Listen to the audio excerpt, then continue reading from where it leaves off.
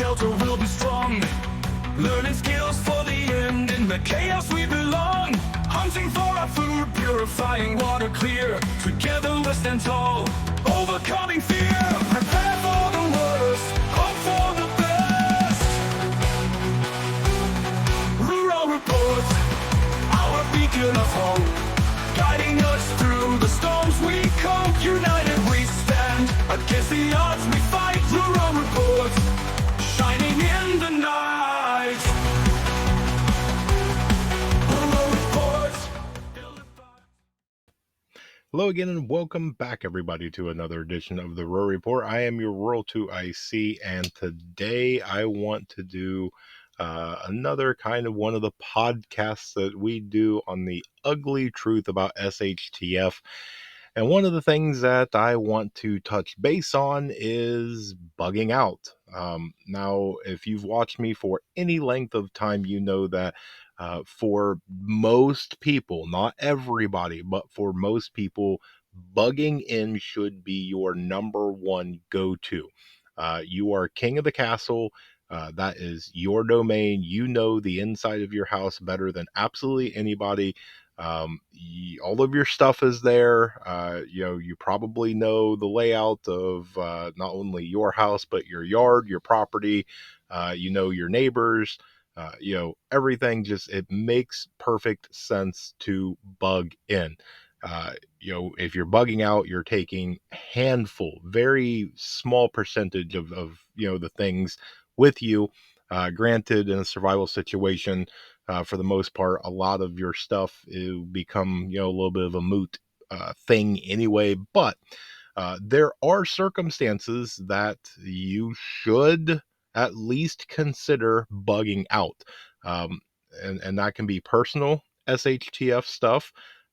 Something of maybe your neighbor's house catches on fire and maybe you get told, hey, we've got to go. Or maybe there's something happens and there's a knock on the door at 2 a.m. that says, hey, sorry, there's been an accident of whatever, and you've got to vacate for a night or two.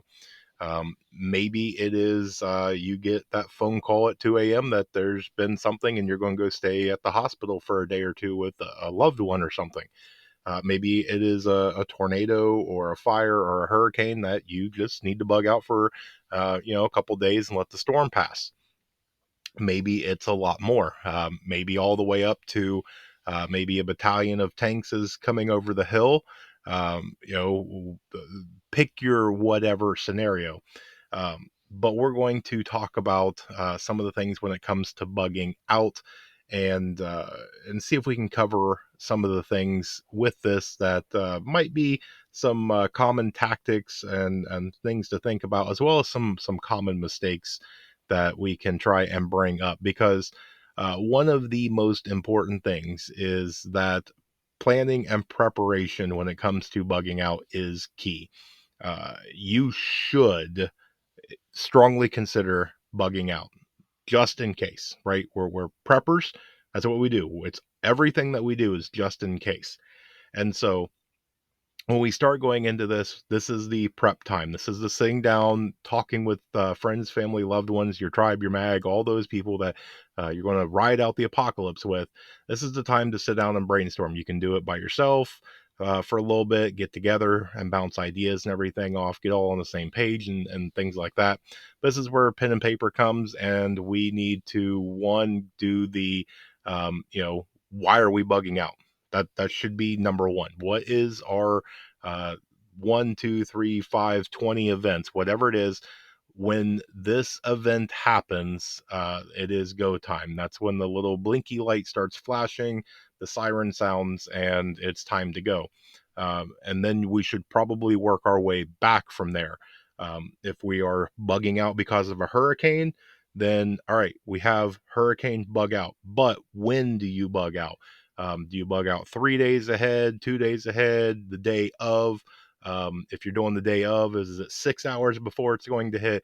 You need to have little indicators, red flags. Once something passes a certain line, that's it. It's done. There is no, well, maybe we'll give it another half hour. You need to have little kind of check marks as the storm comes and it's coming to your area. All right, first box is checked. Another 12 hours or whatever is heading your way. It's still on the same trajectory. Box two. Okay, it's made landfall. It's not changing direction. Box three. And keep going, and then go. All right, it's hit whatever town. We're probably in line for whatever. It's time to go. So that's one of the things, because you need to have all that kind of down in and something written down to know why you're bugging out and all the different indicators and a red line. And then we need to move on to the different things of potential threats and vulnerabilities. So the first thing that was the when we was going over the why are we bugging out. That's usually just the things off the top of your head. When you really drill down and you start assessing the different threats and the possible vulnerabilities and things like that, that is in your area, or the things that can happen in your life, then you start actually getting able to add more things to that list. It's not just one or two things that's going to make you bug out. There may be 4, 5, 6, 10 things. So we need to self-assess, and we need to also understand when it comes to bugging out. If you are part of a tribe, a mag, a group, a family, whatever it is, um, you all have to be on the same page. Is it if it's a tornado, is everybody on the same page that it's time to go? When somebody makes the call, we all go? Or is somebody going to go rogue? No, you know what? We're going to stay, because that really kind of mucks up a lot of the plans. If you are all relying on each other, which is kind of the whole purpose of having a group, and then somebody last minute says, "No, I'm out." That's something that you need to know ahead of time. But once you kind of get some of this stuff, then it starts going into the actual part of bugging out, which is to create a very detailed plan of different spots that you're going to go to. You should have more than one bug out location. I personally recommend at least one in each direction, north, south, east, and west, because you do not know where that potential threat is coming from. Granted, let's pick on Florida. If you're in Florida, um, it's probably best to have more northern bug out spots. It just doesn't make sense to go south or east or west, which probably potentially isn't going to be very helpful. But depending on what it is, it's good to have those options just in case, because it could even be a temporary, it might be a staging point. And you can have different levels of it. Okay. I'm going to choose bug out spot A, and it's going to be 25 miles north, and we can stop there, reassess, and see if we need to move on to bug out C or F or whatever else. But have multiple different bug out locations and routes to each of those locations. Be realistic with those locations, the routes, the timelines on how long it should take you, and things like that. So that way, in realistic times, if we're going to drive, this is how long it takes under normal circumstances. And heavy traffic, this is how long it's going to take. In bad weather, this is how long it's going to take. On foot, on bicycle, whatever. Make sure you have all that stuff planned out. The more you have planned out, the better off you're going to be if that time ever arises. So once we get all the paperwork and all that unfun stuff, even though I consider that to actually be the fun part, most people don't. They actually want to do the stuff, and I get it. It's also fun. So let's move into the part where we roll our sleeves up and we actually get to work. So now we're going to build a bug out bag. Now, we're not going to go fully into detail. This isn't fully about the bug out bag, but the first thing that I recommend is gathering your essential items for your bug out bag. So your food, your water, your first aid, your communication, shelter, navigation tools, self-defense tools, various things like that. Grab them all and do not put them in your bag. Lay them all out on the floor or a table or a countertop or whatever, and get it all complete. Everything that you're going to put in that bag, lay it all completely out there. And then once that's done, I want you to move on to step 2, which is now take that stuff and start prioritizing what is actually essential. When I say that, what I mean is it needs to be based off of very specific needs of not only yourself, but the trip that you plan on taking, the environment, the weather, the season, things like that. And it needs to be very, very specific to your needs. If you are asthmatic, it better include an inhaler. If you're diabetic and it doesn't have insulin, that's bad, right? So it needs to be very specific based on you and your environment in which you are. If it's wintertime and you don't have warm clothes in there, it's not going to be good, right? So we need to prioritize actual essential stuff. Just because we have a favorite book doesn't mean that it needs to take up space and weigh us down.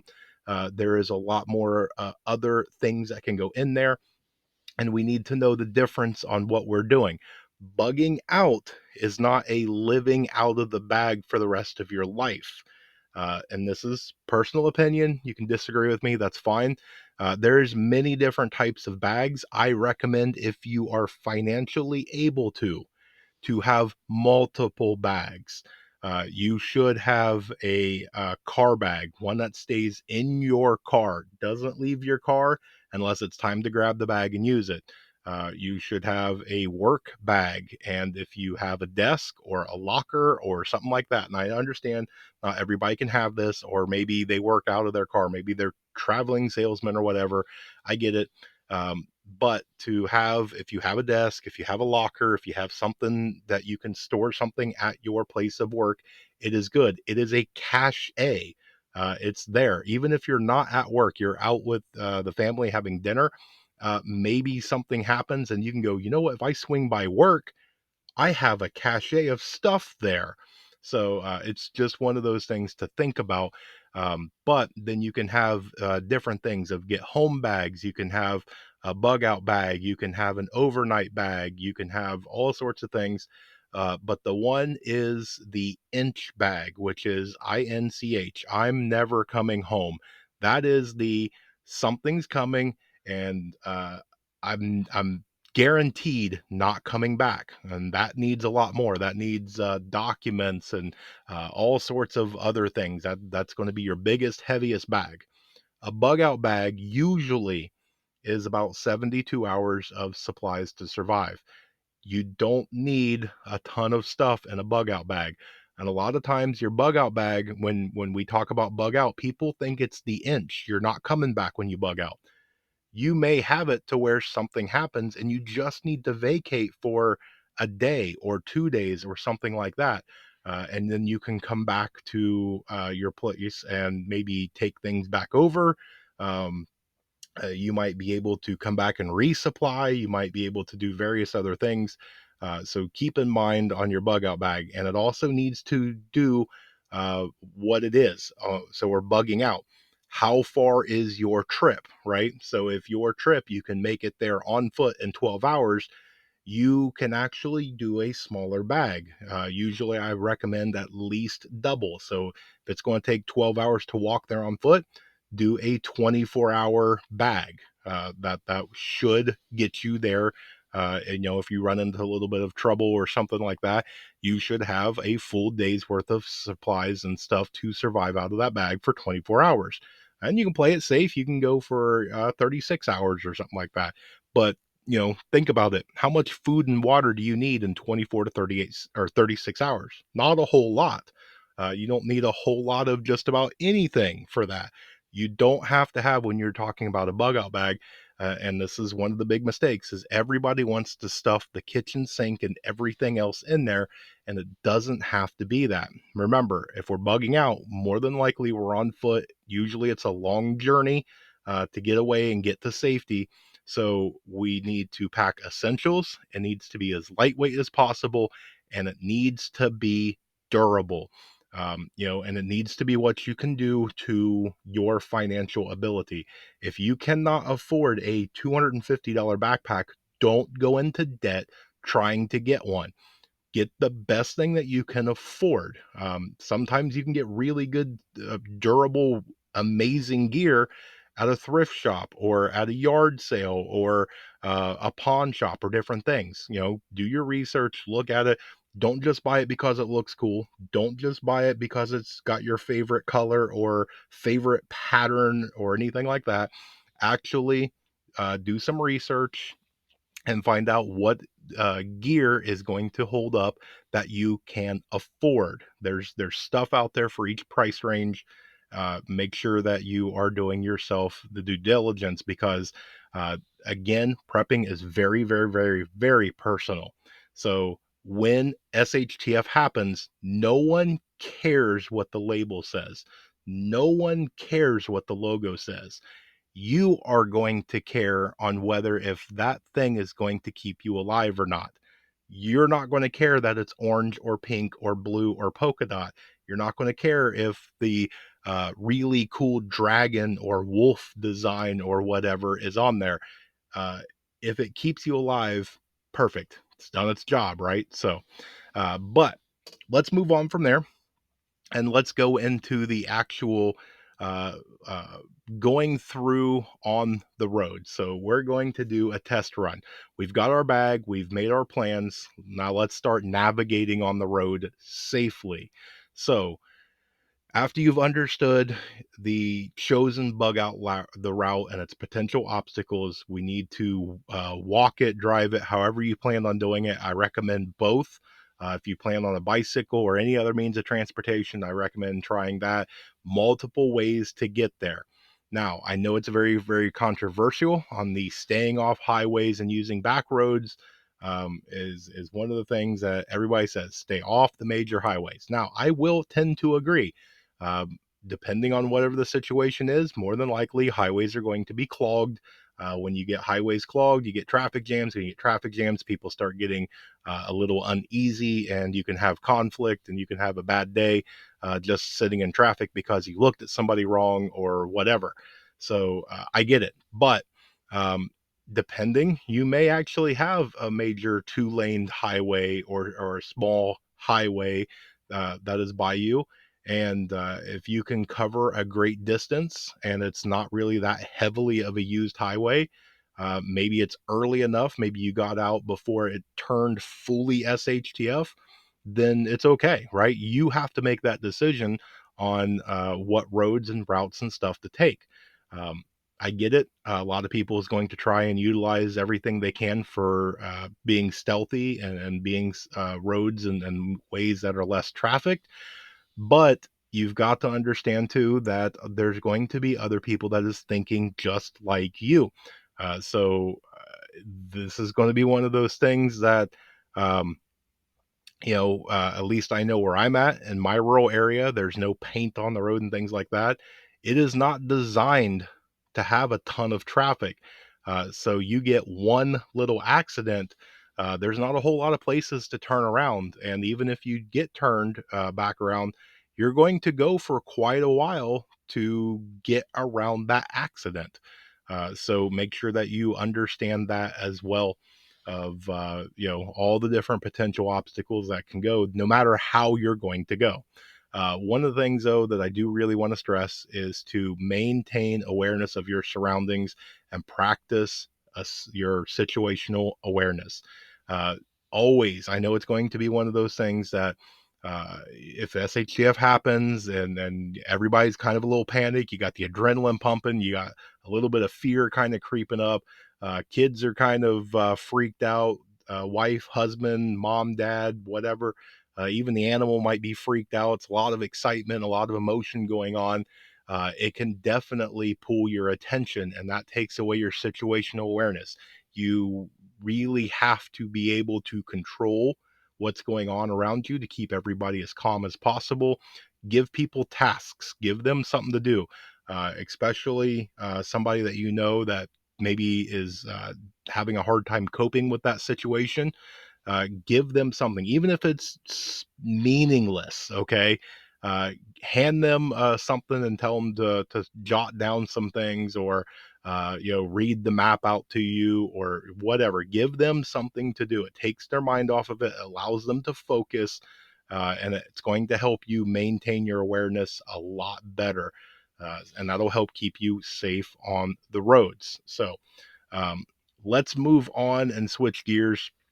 So I want to also bring up, just for a minute, that the best laid plans often go awry, right?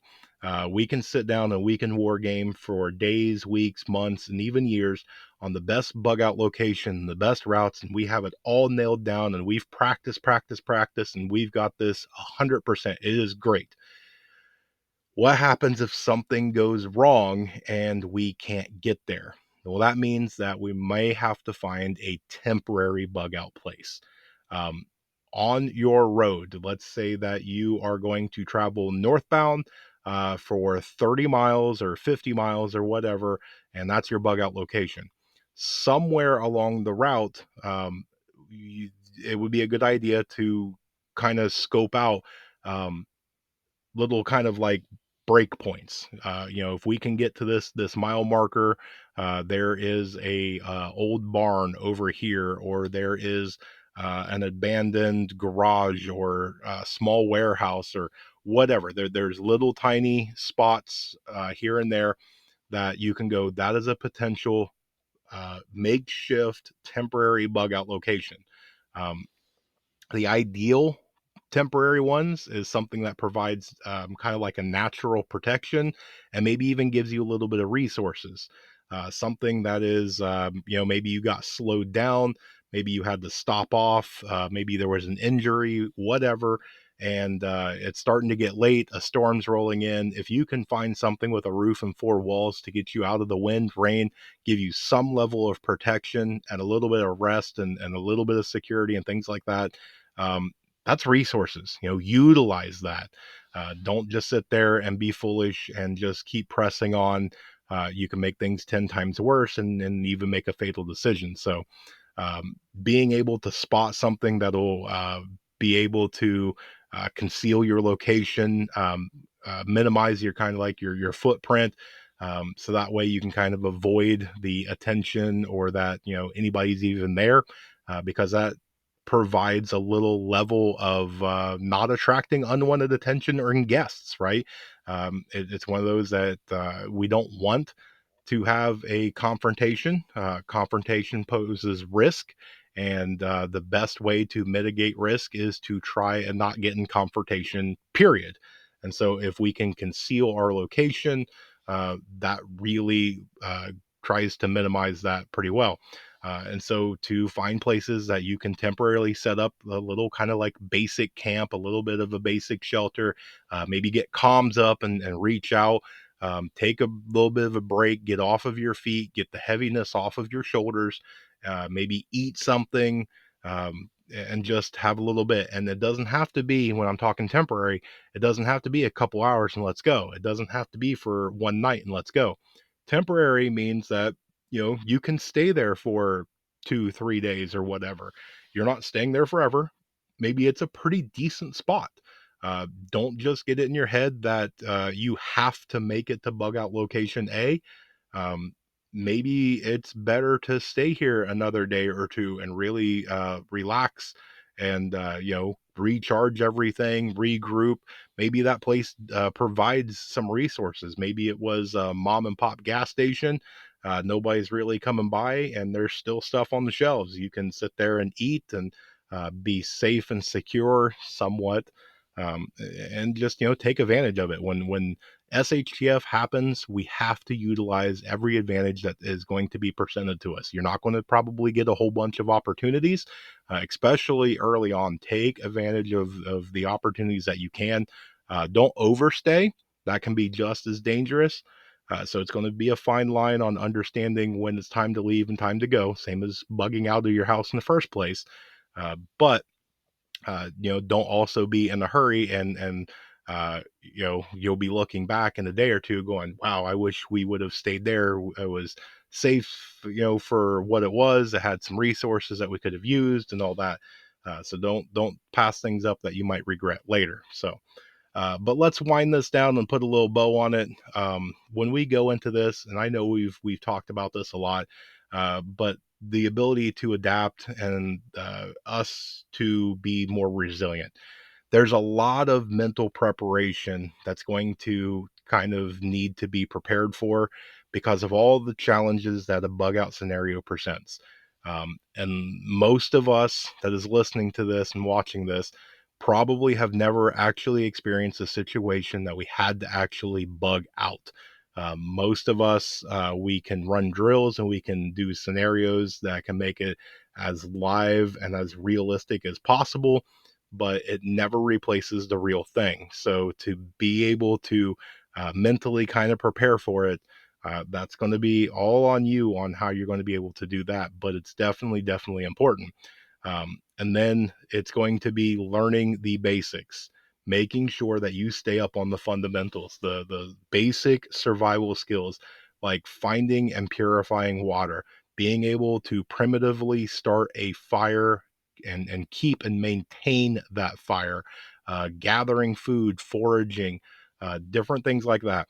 Those are the fundamental things that is going to sustain and keep you alive while you're on the road, while you're on your journey to get to a safer, more permanent location. Practice those skills, learn more ways to do it, learn as much as you can, and keep going on those. Always go back to your fundamentals. And then the last thing I really want to kind of touch on to end this down is develop a support system.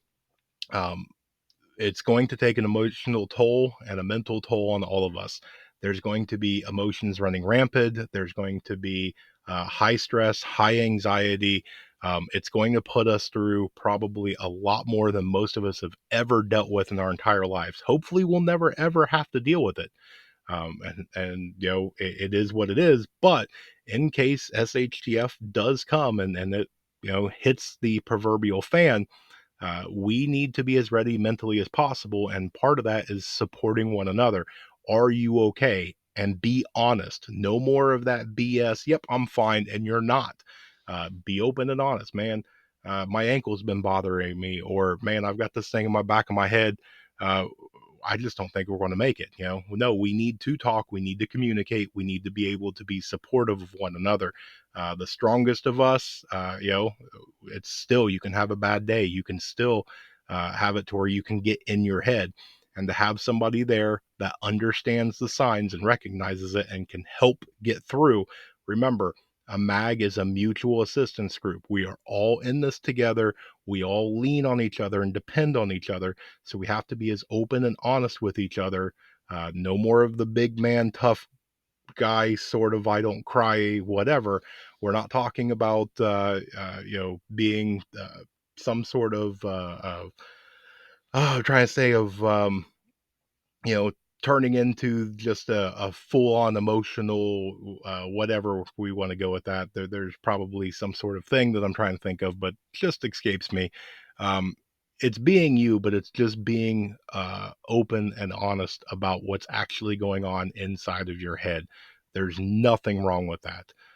And potentially it can be very, very dangerous to bottle that up and keep it all inside, and it's very dangerous to lie about it. So I do want to bring that up just so that way we all are kind of well aware. But I think we've kind of talked about all this. So let's go ahead and just leave it all right there. Okay. Bugging out and bugging in is definitely something that we can talk about at absolutely great length.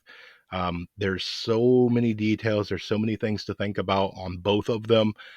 There's so many steps, so many variables, but again, it's personal. It's all the things that it's going to come down to you. I can give you ideas, I can give you encouragement, I can give you good and bad, pros and cons, everything. But again, it all comes down to you and what is going to work out for you. So I hope you guys got something out of this.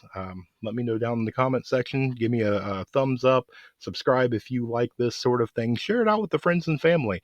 And we'll go from there. So I appreciate you so much for watching. I hope you guys have an amazing day and a blessed day. Stay tuned because there's more information to come. And with that, remain united. because we're all prepping in this together.